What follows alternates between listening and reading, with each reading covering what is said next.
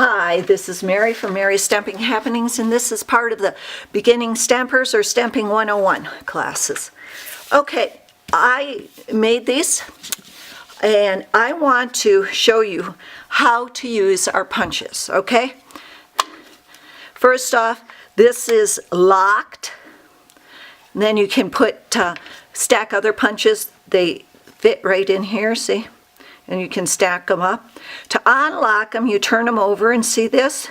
You press down and push that towards the punch itself, and then it's unlocked.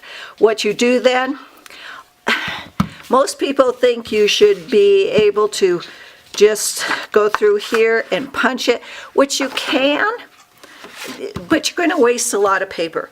So I always suggest you stamp first, and then you look at the back and you punch from under, let me get this down.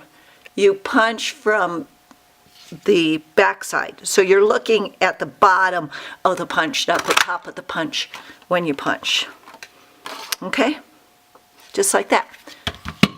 Thanks for visiting. Don't forget to sign up for my YouTube channel. Bye-bye.